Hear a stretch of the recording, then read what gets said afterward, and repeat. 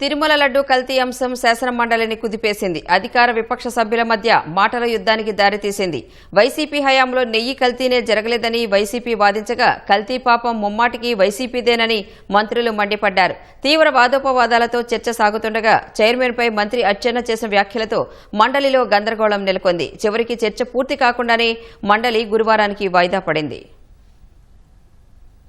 తీవ్ర గందరగోళం, వాడివేడి వాదనలు, చైర్మన్ తీరుపై మంత్రులు, కూటమి సభ్యుల అభ్యంతరాలతో కల్తీ నెయ్యి అంశంపై శాసన మండలిలో చర్చ రచ్చగా మారింది.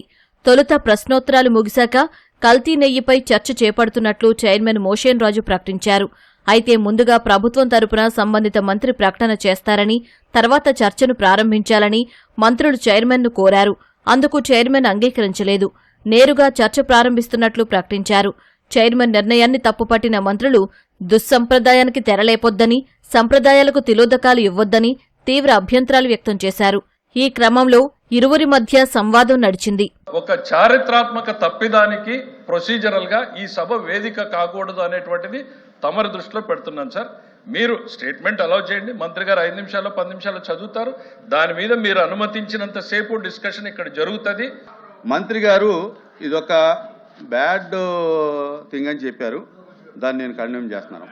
రెండోది ఏంటంటే ఒకే రోజు ఒకే సబ్జెక్టు షార్ట్ డిస్కషన్లో ఉండగా దాని మీద స్టేట్మెంట్ అనేది మీరు చెప్పినటువంటి చరిత్ర ఏదైతే ఉందో ఆ మండల చరిత్రలో కూడా ఎక్కడ లేదు. ఇది కొత్త సాంప్రదాయాన్ని మీరు తీసుకురావడం జరిగింది. ప్రభుత్వం తరఫున మంత్రి గారు స్టేట్మెంట్ ఇచ్చిన తర్వాత మీరు ఓపెన్ గా డిస్కషన్ పెట్టండి. కానీ ఒకే సబ్జెక్ట్ 2 మోషన్లు తీసుకోలేరు. ఎజెండాలో 2 ఐటమ్స్ ఎందుకు పెట్టారు? మీరు అడిగారు, అడిగితే పెడతారంటే రూల్ ఉండదా? ఎలాగంటే రూల్ ఉండాలి కదా. చివరకు ప్రకటన లేకుండానే చైర్మన్ చర్చ మొదలైంది. చర్చను ప్రారంభించిన వైసీపీ సభ్యుడు చంద్రశేఖర్ రెడ్డి అసలు నెయ్యి కల్తీ కాలేదని వాదించారు. ఇదంతా కూటమి ప్రభుత్వ దుష్ప్రచారమని ఆరోపించారు. దీనికి మంత్రి పయ్యావుల కేశవ్ కౌంటర్ ఇచ్చారు. హెరిటేజ్ పై చేసిన ఆరోపణలను తిప్పికొట్టారు. ఆ రిపోర్ట్ లో ఏమనుంది అధ్యక్ష? ఈ నెయ్యిలో పామ్ ఆయిల్ గానీ, సోయాబీన్ గానీ, సన్ఫ్లవర్ గానీ, ఆలివ్ ఆయిల్ గానీ, ఎనిమల్ ఫ్యాట్ గానీ ఉండొచ్చని చెప్తూనే అలా కాకుండా ఆవు బలహీనంగా ఉన్నా, ఆవు ఫీడింగ్ లో తేడా ఉన్నా కూడా ఇలాంటి రిపోర్ట్ వచ్చేదానికి అవకాశం ఉందని చెప్పింది అధ్యక్ష. సార్ ఎన్డీడీబీ సిఏఎల్ఎఫ్ రిపోర్ట్ లో స్పష్టంగా ఏం చెప్పిందంటే సార్, అనిమల్ ఫ్యాట్ కల్తీ ఉంది. కావాలంటే మీ ముందు రిపోర్ట్లు పెడతాను సార్. చార్జ్ షీట్ లో ఏం చెప్పింది అధ్యక్ష? చార్జ్ షీట్ లో క్లియర్ గా కల్తీ జరిగింది, కుట్ర జరిగింది అంటే సుబ్బారెడ్డి గారే ఒప్పుకున్నారు ఇది కల్తీ జరిగింది అనేటువంటిది. కానీ ఈ సభ్యుడు ఇక్కడ ఏదో జరగలేదు అనేటువంటి ప్రయత్నం. నెయ్యి కల్తీ అయినట్లు ఎలాంటి ఆధారాలు లేవని ఛార్జిషీట్లో సిట్ చెప్పిందని చంద్రశేఖర్ రెడ్డి చెప్పుకొచ్చారు. దానికి పయ్యావుల సమాధానం చెప్పే సమయంలో తీవ్ర గందరగోళం నెలకొంది. మంత్రుల వైపునకు వైసీపీ సభ్యులు దూసుకొచ్చారు. దీంతో తీవ్ర ఉద్రిక్తత తలెత్తింది. సిబిఐ ఛార్జ్ షీట్ లో క్లియర్ గా దాంట్లో ఎట్లాంటి ఎనిమల్ ఫ్యాట్స్ లేవని చెప్తే మా హిందువుల మనోభావాలు దెబ్బతిన్నట్టుగా I would like to set the record. నిలబడు నిలబడు నిలబడు నిలబడు అందరూ నిలబడండి. ఓకే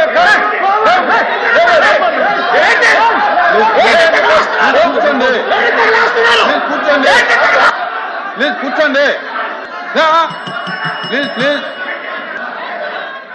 అనంతరం మళ్లీ మాట్లాడిన కేశవ్ ఎన్డీడీబీ నివేదికనే చంద్రబాబు ప్రజల ముందు ఉంచారని వెల్లడించారు. బాధ్యత కలిగినటువంటి ముఖ్యమంత్రిగా ఆయన ప్రజల ముందు పెట్టాలా, లేకపోతే 2022లో సిఎఫ్టిఆర్ఐ ఇట్లాంటి నివేదికనే ఇచ్చింది. ఏమని? ఇందులో కల్తీ జరిగింది అని. ఆనాటి చైర్మన్ గా ఉన్నటువంటి సుబ్బారెడ్డి గారు ఆ నివేదికను తొక్కిపెట్టారు.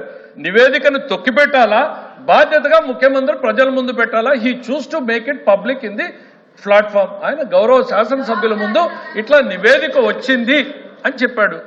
అది ప్రజల ముందు పెట్టి సరిదిద్దేటువంటి ప్రయత్నం గౌరవ ముఖ్యమంత్రి గారు చేశారు. తర్వాత మాట్లాడిన మరో వైసీపీ సభ్యుడు మాధవరావు చంద్రబాబుతో పాటు ఆయన కుటుంబ సభ్యులపై ఆరోపణలు చేశారు. దీన్ని ఖండించిన లోకేష్ తీవ్రంగా స్పందించారు. ఈ ప్రపంచంలో ఉండే హిందువులందరికీ నేను చెప్తా ఉన్నాను, తిరుమల లడ్డు ఎప్పుడు కూడా కల్తీ జరగలేదు. సిబిఐ రిపోర్ట్ లో చాలా స్పష్టంగా కల్తీ జరిగింది అని వచ్చింది.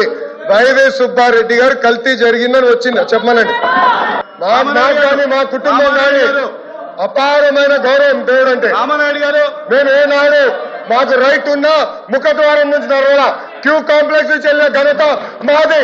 మీ నాయకుడు కనీసం సంతకం పెట్టాలా, మీరే మారుతారు. కలిసి జరగదంటావా?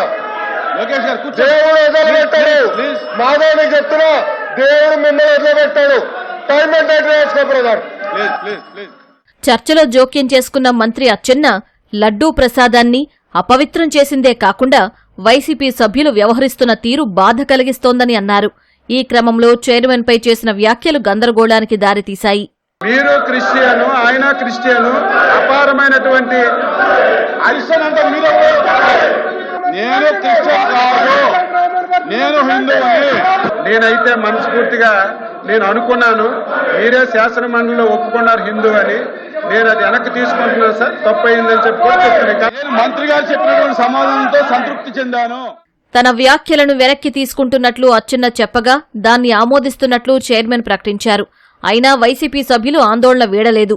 మంత్రి అచ్చెన్న క్షమాపణ చెప్పాలంటూ నినాదాలు కొనసాగించారు. బీజేపీ ఎమ్మెల్సీ సోము వీర్రాజు మాట్లాడుతూ ఉండగా పదే పదే వైసీపీ సభ్యులు అడ్డుపడ్డారు. దీంతో సభను చైర్మన్ గురువారానికి వాయిదా వేశారు.